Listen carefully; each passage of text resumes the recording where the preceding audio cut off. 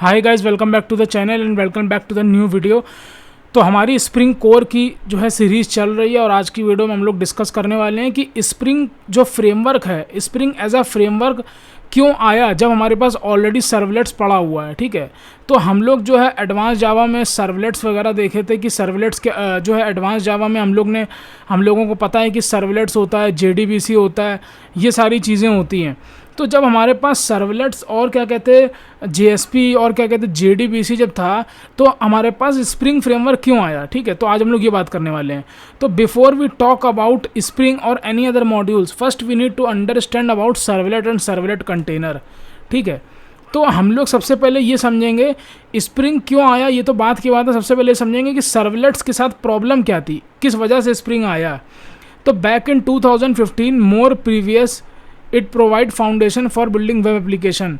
तो जब 2015 के समय की बात थी, 2015 और उसके भी पहले की बात थी, तो 2015 में बेसिकली हम लोग जो भी एप्लीकेशन क्रिएट करते थे वो तुम्हारी जो है सर्वलेट यूज़ करता, मतलब सर्वलेट के थ्रू क्रिएट करते थे, JSP के थ्रू क्रिएट करते थे, JDBC के थ्रू क्रिएट करते थे। ठीक है, लेकिन क्या थी उसमें जो है कई सारी प्रॉब्लम्स थी, वो हम लोग आगे देखेंगे। Servlet is a Java class which handles client request, process it and return the response. ठीक है, तो क्लाइंट क्या था, क्लाइंट जो भी था क्लाइंट तुम्हारा सर्वलेट को रिक्वेस्ट भेजता था। ठीक है, जैसे कि मान लो एडमिन सर्वलेट को रिक्वेस्ट भेजता था और सर्वलेट वो रिक्वेस्ट जो है वो तुम्हारी सर्वर के पास पहुंचा देता था।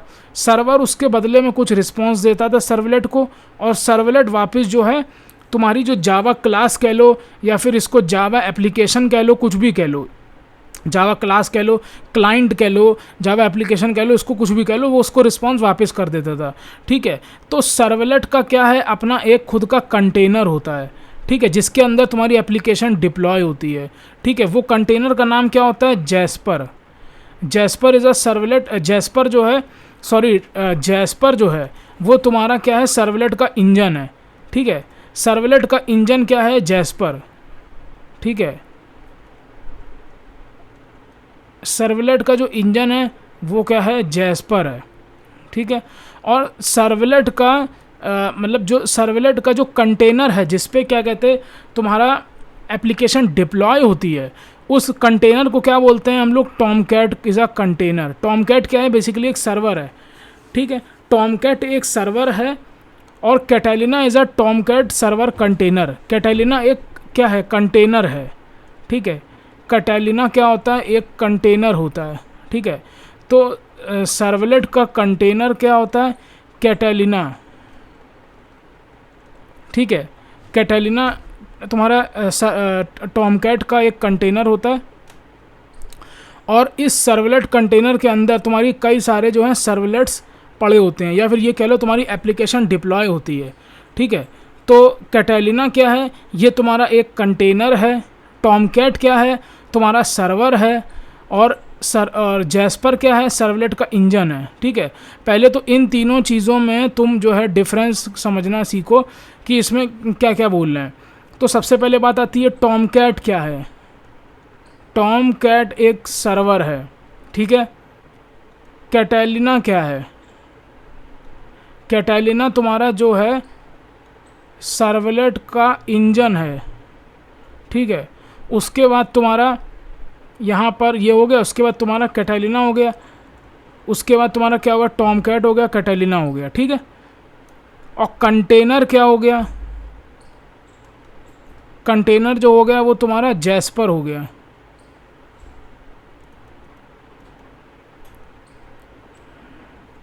तो एक चीज़ गड़बड़ हो गई, कैटालिना जो हो गया वो तुम्हारा कंटेनर है सर्वलेट का। ठीक है, सर्वलेट कंटेनर, बार बार कंफ्यूजन हमें भी हो जा रही है इसमें। और कंटेनर क्या है तुम्हारा, जैस्पर है। ठीक है, टॉमकैट क्या है, सर्वर है। कैटालिना क्या है, कंटेनर है। ठीक है, टॉमकैट कंटेनर जिसको बोलते हैं, टॉमकैट सर्वर के अंदर का कंटेनर, टॉमकैट सर्वर के अंदर का कंटेनर। और जैस्पर क्या है, इंजन है सर्वलेट का। जैस्पर क्या है, सर्वलेट इंजन।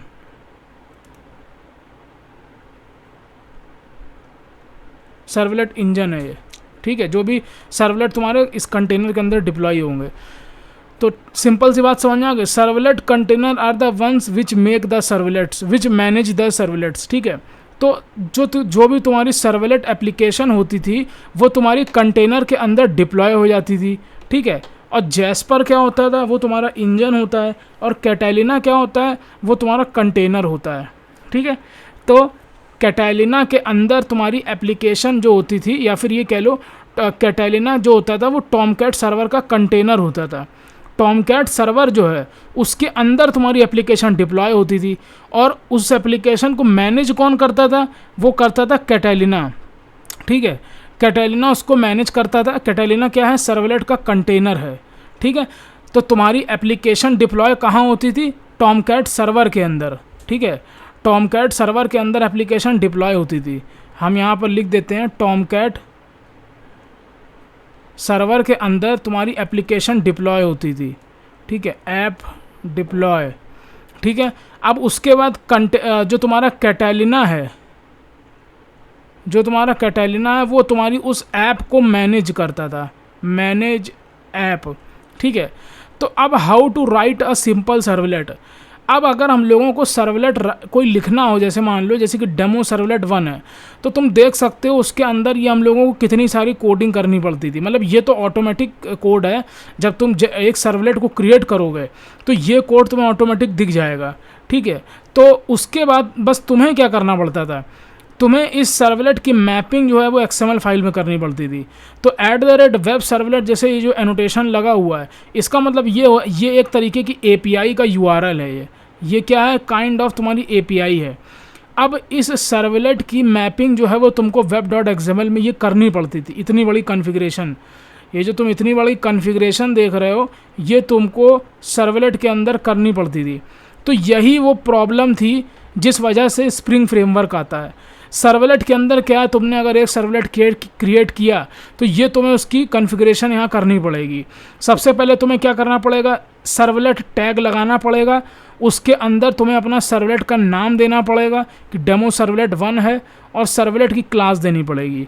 उसके बाद ये सर्वलेट का किस URL से एक्सेस तुम देना चाहते हो तुम्हें वो बताना पड़ेगा। तो सर्वलेट मैपिंग के अंदर तुम आओगे टैग लगा के, और सर्वलेट का नाम लिखोगे कि भैया डेमो सर्वलेट डेमो सर्वलेट 1 हमारा एक सर्वलेट है, और उसके हम जो है 3 URL पैरामीटर्स URL पैटर्न हम देना चाहते हैं। मतलब इस URL का यूज़ करके बंदा इस सर्वलेट को एक्सेस कर लेगा, जैसे कि लॉगिन सर्वलेट हो गया, ठीक है, साइन अप सर्वलेट हो गया। तो ये जो URLs हैं, ये URL को अगर कोई भी एक्सेस करेगा तो ये सर्वलेट एक्सेसिबल उसको हो जाएगा, चाहे वो कोई भी URL यूज़ करे, ठीक है। तो ये कॉन्फ़िगरेशन करनी पड़ती थी। उसी तरीके से लेट सपोज तुमने ये सर्वलेट 2 बनाया, तो तुमको सर्वलेट 2 किस तरीके से web.xml फाइल में, जिसको और क्या बोलते हैं, इसको जिसने भी सर्वलेट पढ़ा होगा उसको पता होगा, और नहीं पढ़ा है तो कोई दिक्कत नहीं है, उसको बोलते हैं डिप्लॉयमेंट डिस्क्रिप्टर। तो इसके नाम से ही तुम्हें समझ में आ रहा है, डिप्लॉयमेंट मतलब किसी एप्लीकेशन को सर्वर के अंदर डिप्लॉय करना। डिस्क्रिप्टर का मतलब उसके बारे में जो बताए, डिस्क्राइब करे, डिस्क्रिप्टर। तो web.xml फाइल क्या है, वो डिस्क्राइब करती है कि ये सर्वलेट का क्या नाम होगा, उसकी क्या क्लास है, और ठीक है, और उसके URL पैटर्न्स कितने सारे हैं, मतलब उसको किन किन URL से एक्सेस कर सकते हैं। तो अब यहाँ पर क्या होता था कि जैसे मान लो तुम्हारा ये सर्वलेट कंटेनर है, या फिर ये कह लो ये तुम्हारा टॉमकैट सर्वर है।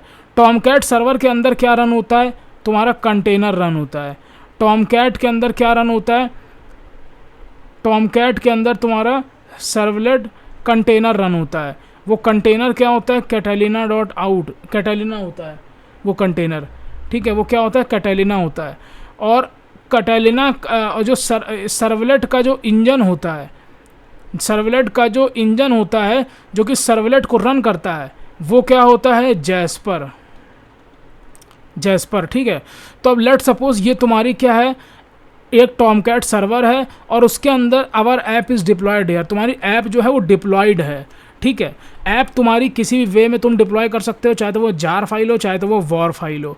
अब लेट सपोज किसी ने रिक्वेस्ट मारी इस कंटेनर को, या फिर ये कह लो इस सर्वर के अंदर जो तुम्हारी एप्लीकेशन पड़ी है उसको रिक्वेस्ट मारी, तो सबसे पहले जो तुम्हारी रिक्वेस्ट है वो कहाँ जाएगी, web.xml फाइल में जाएगी।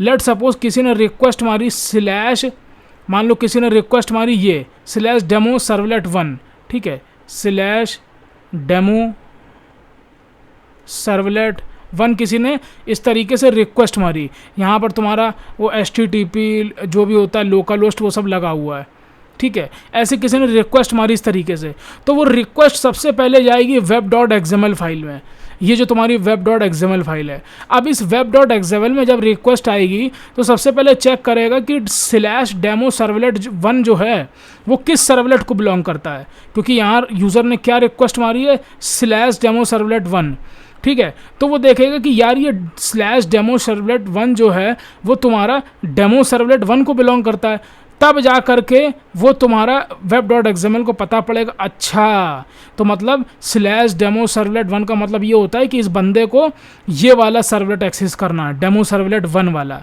तब वो जा करके रिक्वेस्ट तुम्हारी जो तुम्हारा सर्वलेट कंटेनर है या फिर कह लो तुम्हारा टॉमकैट सर्वर जो है वो तुम्हारे उस पर्टिकुलर सर्वलेट को इन्वोक करेगा। तो ये था इसका प्रोसेस जिसमें तुमको web.xml के अंदर डिटेल्स प्रोवाइड करानी पड़ती थी, इसको मैनेज करना पड़ता था। तो ये सारी प्रॉब्लम्स को इन सारी प्रॉब्लम से ओवरकम करने के लिए स्प्रिंग फ्रेमवर्क आता है। तो जिसमें सबसे बड़ी एडवांटेजेस ये होते हैं कि सबसे पहली बात तो web.xml जैसी कोई चीज़ नहीं होती है कि जिसके अंदर तुम्हें जो है इतनी सारी कॉन्फ़िगरेशंस करनी पड़ें, ठीक है, ये नहीं होता है। और इसके साथ बहुत सारे बॉयलर प्लेट कोड जो है वो हट जाता है, ठीक है, और सिर्फ एक इस तरीके से एनोटेशन लगाने से काफ़ी सारी चीज़ें जो हैं हो जाती हैं तुम्हारी। तो देखो there are the certain problems which Spring framework resolves. Removal of web.xml. This web.xml over the period of time become very lengthy in terms of the line of code and becomes very difficult in terms of readability and managing also becomes different. तो जैसे जैसे तुम्हारे project के अंदर servlet बढ़ते चले जाएंगे वैसे क्या होगा, ये web.xml का कोड भी बढ़ता चला जाएगा। क्यों? क्योंकि अभी तुम देख सकते हो यहाँ पर 7 से 8 लाइन तुम्हारी चली गई है एक सर्वलेट के बारे में बताने में। उसी तरीके से तुम जैसे जैसे सर्वलेट्स अपने एप्लीकेशन में ऐड करते जाओगे तुम्हारी जो है lines of code web.xml file में बढ़ती चली जाएंगी। तो ये एक प्रॉब्लम तुम्हारी सर्वलेट के साथ। और दूसरी चीज़ क्या, inversion of control. IOC container is something which manage the life cycle of the object through dependency injection. Basically dependency injection is the implementation of inversion of control. तो inversion of control और dependency injection होता क्या है ये हम लोग आगे आने वाली वीडियो में देखेंगे। एक डेडिकेटेड वीडियो बनाएंगे इसके ऊपर जिसमें हम लोग समझेंगे कि inversion of control और IOC container क्या होता है। तो दोनों एक दूसरे से मिले जुले ही हैं, बस क्या है IOC कंटेनर क्या है, एक प्रोसेस है, ठीक है, सॉरी डिपेंडेंसी इंजेक्शन क्या है, एक प्रोसेस है। और उस कंप्लीट प्रोसेस को हम लोग उस कंप्लीट प्रोसेस को जो मैनेज करता है वो IOC कंटेनर होता है, ठीक है। सिंपल शब्दों में ऐसे समझ लो, डिपेंडेंसी इंजेक्शन क्या है, एक प्रोसेस है। हम यहाँ लिख देते हैं, देखो डिपेंडेंसी इंजेक्शन क्या है, डिपेंडेंसी इंजेक्शन एक प्रोसेस है, ठीक है। और IOC कंटेनर क्या है, हु मैनेजेस दिस, इस प्रोसेस को जो मैनेज करता है उसको IOC कंटेनर बोलते हैं, ठीक है। तो ये सारी कुछ चीज़ें थी, जैसे यहाँ पर स्प्रिंग में हमको IOC कंटेनर डिपेंडेंसी इंजेक्शन मिल जाता है और ये सारी चीज़ें हो जाती हैं। अब IOC कंटेनर और डिपेंडेंसी इंजेक्शन क्या होता है वो तो हम लोग आगे आने वाली वीडियो में देखेंगे ही, ठीक है। अब जैसे कि यहाँ पर तुम एक चीज़ ये देख सकते हो, IOC कंटेनर क्या मतलब, तुम ये समझ लो कि जैसे पेमेंट क्लास है, पेमेंट क्लास के अंदर एक user sender equals to new user, इस तरीके से हम ऑब्जेक्ट बना रहे हैं, ठीक है। तो यहाँ पर क्या है, हमको जो है the most important feature of the spring is IOC container और डिपेंडेंसी इंजेक्शन। अब अगर यूज़र ये हमारी क्लास है तो यहाँ पर अगर हम कुछ भी करेंगे तो ठीक है, अगर पेमेंट क्लास के अंदर हम कुछ भी करेंगे या पेमेंट क्लास को रन करेंगे तो उसके लिए सबसे पहले हमें यूज़र क्लास का ऑब्जेक्ट चाहिए पड़ेगा, ठीक है। तो ये एक प्रॉब्लम थी तुम्हारे स्प्रिंग उसके साथ, सर्वलेट के साथ, कि पेमेंट क्लास जो है वो डिपेंडेंट है अभी किस पे, यूज़र क्लास पे, क्योंकि उसको यूज़र का ऑब्जेक्ट चाहिए कि। और तुम्हारा यहाँ पर चीज़ें क्या हैं, while writing the JUnit test cases what you need is that we don't need to call the get user details method. Let suppose हम JUnit टेस्ट केस अगर लिख रहे हैं, तो अगर हमको गेट सेंडर डिटेल्स का यहाँ पर जो गेट यूज़र डिटेल है, ये गेट यूज़र डिटेल हमें कॉल नहीं करना है, तो हम लोग सिंपली इसको मॉक कर लेंगे। ठीक है, अब ये तो देखो JUnit के कॉन्सेप्ट्स हो गए, तो ये हम इसके ऊपर अब ज़्यादा नहीं समझाएंगे, नहीं तो किसी को समझ में नहीं आएगा। डिपेंडेंसी इंजेक्शन और IOC कंटेनर जो है वो दोनों चीज़ें हम लोग नेक्स्ट वीडियो में पढ़ेंगे। ठीक है, तो दोनों चीज़ें हम लोग जो है डिपेंडेंसी इंजेक्शन और IOC कंटेनर, ये देखो दोनों चीज़ें नेक्स्ट वीडियो में पढ़ेंगे।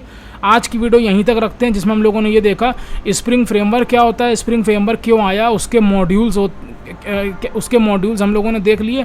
ठीक है, अब उसके बाद जो है यहाँ पर ये हम लोगों ने आज समझ लिया कि स्प्रिंग फ्रेमवर्क पिक्चर में क्यों आया, जब हमारे पास सर्वलेट्स ऑलरेडी थे। ठीक है, तो हम लोगों ने वो समझ लिया कि भैया क्यों आया। सर्वलेट्स में हम लोग web.xml लिखते थे, बहुत लंबा प्रोसेस होता था, काफ़ी मैनेज करना पड़ता था चीज़ों को। इस तरीके की चीज़ें हम लोगों ने देख ली। ठीक है, अब नेक्स्ट वीडियो में हम लोग ये देखेंगे कि डिपेंडेंसी इंजेक्शन, IOC कंटेनर क्या होता है। मिलता है नेक्स्ट वीडियो में। Till then keep learning.